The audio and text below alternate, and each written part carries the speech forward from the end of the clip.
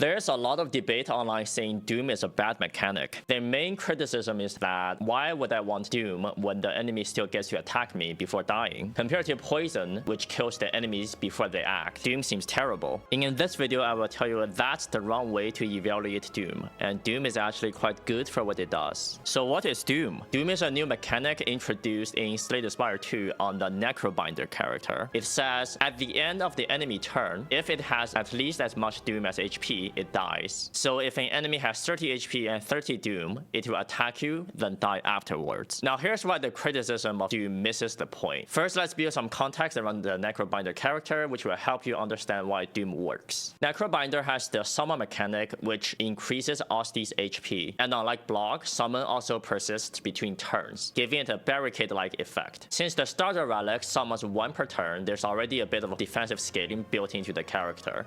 The starter deck also contains Unleash, which deals bonus damage based on Osti's HP. This rewards you for doing a more defensive game plan, keeping Osti healthy, and Unleash for burst damage. This kind of defensive game plan actually pairs perfectly with Doom. If your deck can generate sufficient block, then who cares that the enemy will get an additional attack before it dies? Doom becomes good supplemental damage on top of your already defensive game plan. We also have to count out the weakness keyword, which reduces enemy damage by 25%. It is incredible defensive scaling for the entire run. If you're able to keep the enemy consistently weakened, blocking the final hit before Doom procs becomes trivial. Defy being at common makes weakness readily available, and it's pretty common to have 2 or 3 copies of Defy in a successful Necrobinder deck, since this effect is so strong. With all that being said, let's talk about Doom. Stop thinking about Doom as your win condition, and start thinking about it as supplemental damage. A lot of players make this mistake. They see Doom and think, I need to build a Doom deck. That is not the correct way to think about Doom.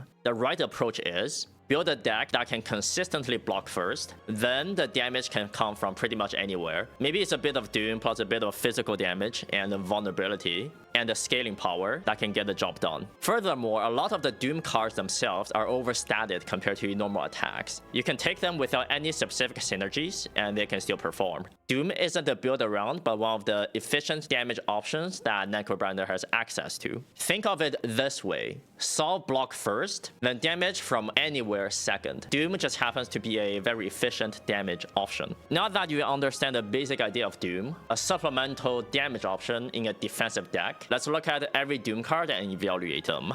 First of all, we have Blight Strike, deal 8 damage, apply Doom equal to damage dealt. This card only deals damage and has no utility whatsoever. Now, the damage number on this card is quite big, 8 damage and 8 Doom as a baseline. However, as I have mentioned, most Doom cards are overstated, and this card has no use other than doing damage. So it's a mediocre damage option if you're really lacking damage, otherwise not a great pickup.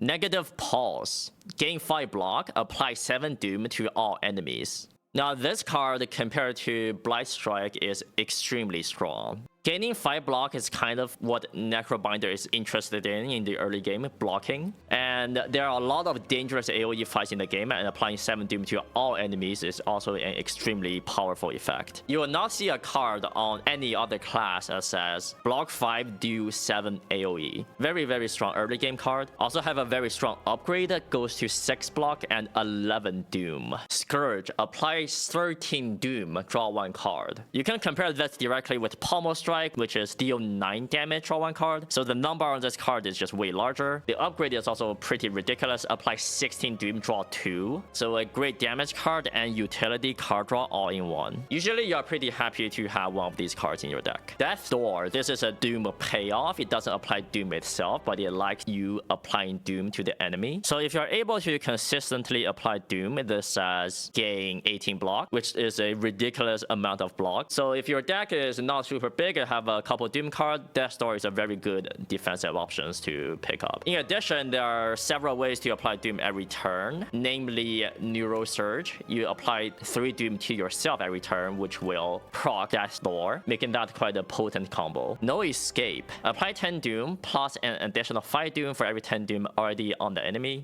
This is one instance of Doom, so if you apply 30 Doom with No Escape, it only triggers any applied Doom effect 1 time. Now, this card card is very bad. It does damage and does nothing else. It provides absolutely no utility. The scaling portion of this card is also very slow. If you have no other Doom card, you are going to be applying 10 Doom for 1 energy, which is not great compared to all the other Doom cards. And even if you play it the second time, it's 15 Doom for 1 energy, which still doesn't do enough. I do not recommend picking up No Escape unless you're desperate for some sort of scaling damage. Deathbringer 2 energy apply 21 Doom and 1 weak to all enemies. This card is completely ridiculous. 21 AoE plus 1 weak to all enemies is just a lot of stats in this one card. Usually when you're playing an expensive card, you are worried about not being able to block. This card allows you to block at the same time. Very, very good. Generally very happy to have a copy of this in my deck. Countdown. At the start of your turn, apply 6 Doom to a random enemy. A power that has no utility other than doing damage. 6 Doom per turn is pretty slow. This is not something generally I'm going to be looking to pick up early unless you're dying to the act boss. Now there is some synergy between Countdown and Death Door. So if you are not able to consistently apply Doom, then Countdown can enable your Death Door. I will not usually speculate on Countdown unless you're really desperate for scaling damage. Shroud, whenever you apply Doom, gain 2 block. This power is just understated. If you're able to apply Doom every turn, this only blocks for 2, which is a very, very sad amount of block. So this kind of requires you to apply Doom a bunch of times every turn, which is not usually what a Necrobinder deck is looking to do. If your deck is already doing that, then Shroud could be good, but I would not speculate on a Shroud pick. Time's up. Deal damage equal to the enemy's Doom. Exhaust. For 2 energy, this card only deals damage. It does 0 damage with no Doom applied, so it even has a condition attached to it. For rare, you have to be much better than Time's Up to get into the deck. I would generally never pick this unless again you're desperate for damage. Oblivion 0 energy. When you play a card this turn, apply 3 Doom to the enemy. So if you play like 3 other cards to spend your baseline 3 energy, this is 0 energy for 9, which is okay. This card is generally not speculated upon, but if you're able to generate a lot of souls, for example from something like a Dirge, then that's a very powerful combo. You play Oblivion, you play a bunch of souls, and then the enemy gets a bunch of Doom. So Oblivion is a strong scaling damage option when you already have the cards to make it work. Otherwise, not super worth speculating upon unless there are no other better rare options offered. End of Days. 3 energy, apply 29 Doom to all enemies. Kill enemies with at least as much Doom as HP. One of the strongest Doom application. AoE fights in this game are quite dangerous, and this card is kind of like a 1-card AoE solve. A very large number, and the effect is quick. You get to kill the enemies before they attack you. Usually very happy to have this into Act 2 against, for example, the Triple Centipede Elite. Very strong card. Neurosurge, while not really a Doom card, just pick this card always. This is one of the strongest cards on the entire class. Ridiculous effect. And it has, as I have mentioned, it can also enable Death Door, because applying Doom to yourself counts as applied Doom this turn. That's a very potent synergy. So Neurosurge, very good card. And finally, we have Reaper Form. Whenever attack deal damage, they also apply that much Doom. You don't really need to think about this card as a Doom card. This is just a damage scaling card, which scales up a lot. This essentially doubles the damage of every single one of your attacks. So if you need damage, this is one of the better damage options on the class. If you don't need damage, do not pick this. That is all for all the Doom card. There's another card I have to mention here. That is Sleight of Flesh. Whenever you apply debuff to an enemy, they take 9 damage. Doom is a debuff. So whenever you apply Doom to an enemy, they take 9 damage, upgrade to 13. This power does nothing but damage, but the number on this power is just ridiculously large. I'm even sometimes happy to pick up a Sleight of Flesh early Act 1, because applying debuffs to the enemy is something Necrobinder is very interested in doing. In addition to Doom, you have Weakness, you have Vulnerable, you have Debilitate, which applies a Debilitate debuff, which counts for that power. If you imagine you have Sleight of Flesh in play and you play Negative Pulse, you're going to be applying 7 Doom to all enemies, then doing 9 or 13 damage on top of that to every enemy, and that is a ridiculously strong effect. So generally speaking, if you have some sort of Doom or any other debuff application, you should always pick Sleight of Flesh if you need damage. But again, it's a damage scaling power that does nothing else. So if you do not need more damage, do not pick this. Now that's all the cards that interact with Doom on the Necrobinder. As you can see, most of these cards are just overstated compared to a regular attack. making the Doom application cards quite strong. Now let's recap the whole idea about Doom. 1. Doom is not a build around mechanic. It's supplemental damage for defensive decks. 2. Necrobinder naturally is more defensive oriented with access to weakness and summon. So if you're able to block consistently, the final enemy attack matters less. 3. Doom cards are overstated compared to normal attacks. Take them for their efficiency instead of trying to build around it. 4. If you're able to solve block, damage can come from anywhere. You do not necessarily need Doom when your damage isn't lacking. If you have been avoiding Doom because the enemies still attack thing, you're thinking about it backwards. If you're able to properly block, Doom is one of the damage options Necrobinder has, and it is quite efficient. Let me know in the comments on how Doom has worked out for you in your runs, and subscribe for more Slay the Spire 2 strategy content. Thank you for watching, and I will see you in the next video.